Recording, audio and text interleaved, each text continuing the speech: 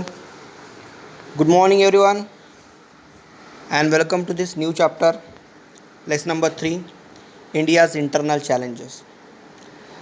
In the last video, I had given you some information about the lesson that was introductory video of the lesson. In the last lesson, we had understand and discussed that events after 1960. Some of the part of this third lesson we already discussed in the second lesson, event after 1960. 1960 event after 1960 जो lesson हम लोगों ने इसके पहले देखा है, उस lesson में इस लेसन की कुछ चीज़ें हम लोग ऑलरेडी डिस्कस कर चुके हैं. थोड़ा सा मैं अगेन स्टार्ट करता हूँ. लास्ट वीडियो में मैंने इनको आपको जैसे पहला पॉइंट था अनरेस्ट इन द पंजाब के बारे में बताया था, बट अगेन मैं उसको थोड़ा सा डिटेल में यहाँ पर आपको डिस्कस करना चाहूँगा again. So listen here. In this chapter, we are going to learn about some internal challenges that India faces. We shall see some internal challenges like separation movement, separatist movement, issues of Northeast India, Naxalism, communalism and regionalism. आप सभी को पता है कि 1947 में हमको freedom मिला है, बट उसके पहले near about 150 years we were under the rule of British. 150 सालों तक ब्रिटिश का रूल था. उसके बाद इंडिया को फ्रीडम मिली. जब इंडिया को फ्रीडम मिली उसके पहले इंडिया पाकिस्तान दो कंट्री बन चुके थे. और India first second world war में इनडायरेक्टली मतलब पार्टिसिपेट होने की वजह से इंडिया का इकोनॉमिकल डेवलप जो ये था पार्ट वो पूरा वीक हो चुका था. और हमारे यहाँ पे राजे रजवाड़ों की सिस्टम थी. More than 600 kingdoms were in India. 600 से ज़्यादा बड़े संस्थानिक थे, छोटे बड़े राजा थे. सबको इकट्ठा करके इंडिया का एक नक्शा बनाना सभी उस समय के नेताओं के लिए एक चैलेंजिंग था. तो ऐसे बहुत सारे चैलेंजेस इंडिया के गवर्नमेंट के सामने उस समय थे और वन बाय वन उन्होंने उसको सॉर्ट आउट करने की कोशिश की. एक चैलेंज जो मैंने लास्ट वीडियो में मैं आपको बताया था, अगेन मैं उसके बारे में थोड़ी जानकारी दूंगा आपको यहाँ पर. पहला पॉइंट था कि अनरेस्ट इन पंजाब में पूरी तरीके से जो स्थिति थी वो अनरेस्ट थी. मतलब कुछ भी ठीक नहीं था सब तरफ. मतलब एक जैसे आज हम लोग सोच सकते हैं कि इंडिया का गवर्नमेंट की सब तरफ मतलब कंट्रोल है, उस समय पंजाब में ऐसा सीन नहीं था. देखिए, Akali Dal was the major political party in Punjab in 1973 का पीरियड है ये. अकाली दल नाम का एक पॉलिटिकल पार्टी वहाँ पे हुआ करती थी. और the Akali Dal pass the Anandpur Sahib resolution मतलब एक मीटिंग में कुछ भी अगर आप उसको सभी एक मत से अगर आप किसी चीज़ के ऊपर उसको पास करते हो तो उसको रेजोल्यूशन कहते हैं. आनंदपुर साहिब यहाँ पर एक अधिवेशन हुआ और वहाँ पे एक चीज़ उन्होंने सभी लोगों ने इकट्ठा के मतलब पास की. The following demands were made in this resolution. उनकी कुछ डिमांड्स थे गवर्नमेंट के साथ. पहली डिमांड थी उनकी, Chandigarh should be made a part of Punjab. Chandigarh जो आज हम लोग जिसको यूनियन टेरिटरी कहते हैं उसको पंजाब का हिस्सा बनाया जाए. Then the Punjabi speaking part in the other state should be included in the state of Punjab. Punjabi भाषा जिस स्टेट में लोग बोलते हैं, जिस एरिया में बोलते हैं, भला ही वो पंजाब से अलग क्यों ना हो, ये सारा एरिया पंजाब में इंक्लूड करना चाहिए. उसके बाद उनकी डिमांड थी recruitment of the people from Punjab in the Indian army should be increase. Indian army में पंजाब के लोगों को ज़्यादा से ज़्यादा जगह दीजिए एज ए आर्मी पर्सन. उसके बाद उनकी और एक डिमांड थी and more autonomy should be given to the state of Punjab.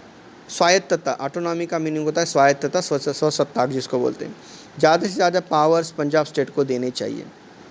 ऐसी कुछ डिमांड्स पंजाब के उस रेजोल्यूशन में आनंद साहिब रेजोल्यूशन में पास हुई अकाली दल पार्टी के द्वारा.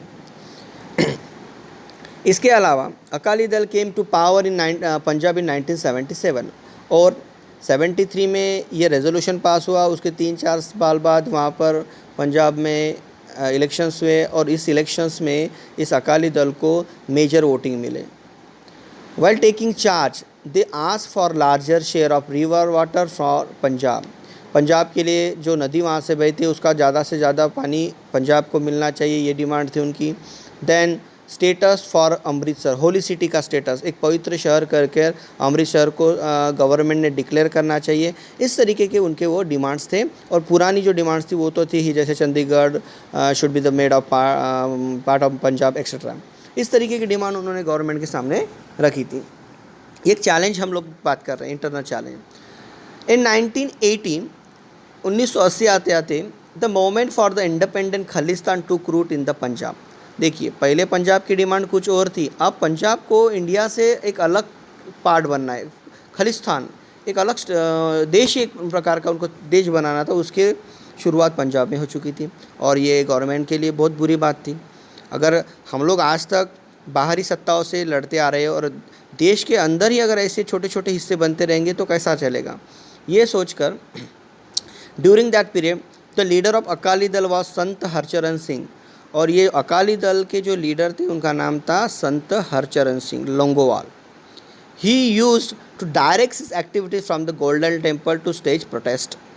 और वो सारे उनके जो मतलब भाषण हुआ करते, जो कुछ भी एक्टिविटी करते थे, वो अमृतसर के गोल्डन टेम्पल से लोगों को ये करते थे, वहाँ के लोगों को। On the other hand the golden temple arm followers started gathering around the staunch Khalistan. और जो टेररिस्ट है, जिस तरीके से खालिस्तान की डिमांड हो रही थी और पाकिस्तान ऑलरेडी 2-3 बार इंडिया के साथ युद्धों में हार चुका था, और कुछ मदद या इस टेररिस्ट एक्टिविटीज़ करने के हिसाब से ये जो अकाली दल की मूवमेंट चल रही थी खालिस्तान के लिए, उसको सपोर्ट के लिए पाकिस्तानी जो टेररिस्ट थे वो यहाँ पर गैदर्ड होने शुरू हो गए थे। अब गोल्डन टेम्पल को पूरा एक बैरिकेड, एक मतलब जैसे कोई युद्ध भूमि का मतलब ये आ गया था, स्वरूप आ गया था। और वो जो टेररिस्ट थे उनके जो लीडर्स थे उनका नाम था संत Jarnail Singh Bhindranwale, Sant Jarnail Singh Bhindranwale. During that period terrorist activities had began. Bhindranwale was arrested in 1981 accused of the murder of the newspaper editor. और 1981 में इस भिंद्रानवाले जी को अटक किया गया था, उनको अरेस्ट किया गया था, क्योंकि उन्होंने एक न्यूज़पेपर के एडिटर की हत्या कर दी थी जिसका नाम था लाला जगत नारायण। अब इस इंसिडेंट के बाद क्या हुआ? After this incident the situation version. अब जो टेररिस्ट के जो लीडर्स थे उनको अटक कर लिया गया था, उनको अरेस्ट कर लिया था गवर्नमेंट ने। इस वजह से उनके जो सपोर्टर थे वो जहाँ वहाँ मतलब दंगा कर रहे थे, पूरा एक प्रकार से उनका मतलब पूरे पंजाब में हलचल मचा दी थी, जहाँ वहाँ रैलियाँ थी, इस तरीके का माहौल पूरा बन चुका था। Due to this development president's rule was impose in Punjab. और इस सारे चीज़ों को रोकने के लिए गवर्नमेंट ने वहाँ पर प्रेसिडेंट रूल लगाया था। मैंने आपको पहले भी बताया कि प्रेसिडेंट रूल मतलब इमरजेंसी जिसको कहते हैं वो 3 तरीके की होती है, स्टेट इमरजेंसी, नेशनल इमरजेंसी और इकोनॉमिकल इमरजेंसी। ऐसे कंडीशन में सारे के सारे अधिकार सेंट्रल गवर्नमेंट के हाथ में आ जाते हैं। इन्हीं चीज़ को ध्यान में रखते हुए पंजाब में ओनली स्टेट ऑफ पंजाब के लिए प्रेसिडेंट रूल लगा दिया था, और उस समय के पंतप्रधान थे इंदिरा गांधी जी 1983 में। और Bhindranwale went to stay at a religious place called Akal Takht. Bhindranwale Akal Takht में चले गए थे। Bhindranwale followers capture the golden temple and build a barricade. Bhindranwale जो टेररिस्ट एक्टिविटीज़ के लीडर थे उनके जो फॉलोअर्स थे उन्होंने बैरिकेड्स लगाना शुरू कर दिया था। मतलब लड़ाई के जो साजो सामान होना चाहिए, जो तैयारी करते हैं, उस तरीके के सैंड के बैग्स भरकर वो अमृतसर के जो गोल्डन टेम्पल में उन्होंने तैयारी शुरू कर दी थी। The area look like a fort. और वो टेम्पल होने के बावजूद ऐसा दिख रहा था जैसे कोई फोर्ट है, अब लड़ाई शुरू हो सकती है। This greatly disturb the peace in Punjab. और इन सारी चीज़ों से पंजाब की जो शांतता थी वो पूरी तरीके से डिस्टर्ब हो चुकी थी। It was a major challenge to Indian democracy. भारतीय लोकशाही को एक बहुत बड़ा चैलेंज था, और इसको रोकने के लिए पहली बार इंडिया के प्राइम मिनिस्टर इंदिरा गांधी जी ने ऑपरेशन ब्लू स्टार को स्टार्ट किया। The main task of getting the terrorists out of the Golden Temple was entrusted to Major General Kuldeep Singh Brar। उनका पहला काम था कि ये जो टेररिस्ट है गोल्डन टेम्पल में घुसे हैं इनको वहाँ से खदेड़ना, और इसकी जिम्मेदारी जो ली थी वो जनरल कुलदीप सिंह ब्रार ने ली थी। On the morning of 3 June 1984 mission की स्टार्ट हुआ था। 3 जून ऑफ 1984 को the mission operation blue star started. The operation ended on the 6 June. In this military operation, the Indian Army functioned with great restraint. The operation ended with the death of the भिंद्रानवाले। 3 दिनों में ही इस operation को कामयाब कर दिया था general Kuldeep Singh Brar ने। भिंद्रानवाले की इसमें हत्या हो चुकी थी, और उनके हत्या के साथ ही ऑपरेशन ब्लू स्टार यहाँ पे फिनिश हुआ। एंड बाकी के जो जितने भी टेररिस्ट हैं उनको भी मार गिराया था। इसके बाद और 3 साल बाद 1986 an operation had to be conducted against terrorist in the golden temple once more. और एक बार ये टेररिस्ट एक्टिविटी पंजाब में हुई 1986 में, और उनके खिलाफ सरकार ने फिर से एक ऑपरेशन चलाया था जिसका नाम था ऑपरेशन ब्लैक थंडर। तो ये एक इंटरनल चैलेंजेस जिसको हमारे इंडियन गवर्नमेंट ने किस तरीके से हैंडल किया था हमने यहाँ पर देखा। अब ऐसे ही बहुत सारे इश्यूज़ थे, इंटरनल चैलेंजेस जो इंडिया की गवर्नमेंट के सामने थे, उसके बारे में हम लोग एक एक से देख रहे हैं। एक देख लिया, अभी हम लोगों को दूसरा प्रॉब्लम देखना है। दूसरा जो प्रॉब्लम था इंडियन गवर्नमेंट के सामने वो था issues concerning north east India. North east India जिसको हम उत्तर पूर्व का जो भाग है हमारे इंडियन मैप में, वहाँ के कुछ स्टेट्स जो थे उनके गवर्नमेंट के साथ जो इश्यूज़ थे उस सारे इश्यूज़ को नॉर्थ ईस्ट इंडिया के इश्यूज़ से नाम जाना जाता है हिस्ट्री में। उसमें मिज़ोरम है, आसाम है, अरुणाचल प्रदेश है, मेघालय है, मणिपुर है, नागालैंड है, सिक्किम और त्रिपुरा, ये 7-8 उसके स्टेट्स हैं। हम एक एक से इनके बारे में जानकारी लेंगे। तो सबसे पहले हमको देखना है यहाँ पर मिज़ोरम के बारे में। तो देखते हैं ये इशू क्या थे। देखिए, north east India consist of 8 states of Assam, Arunachal Pradesh, then Manipur, Meghalaya, Mizoram, Nagaland, Sikkim and Tripura. International borders of India touch each of the states.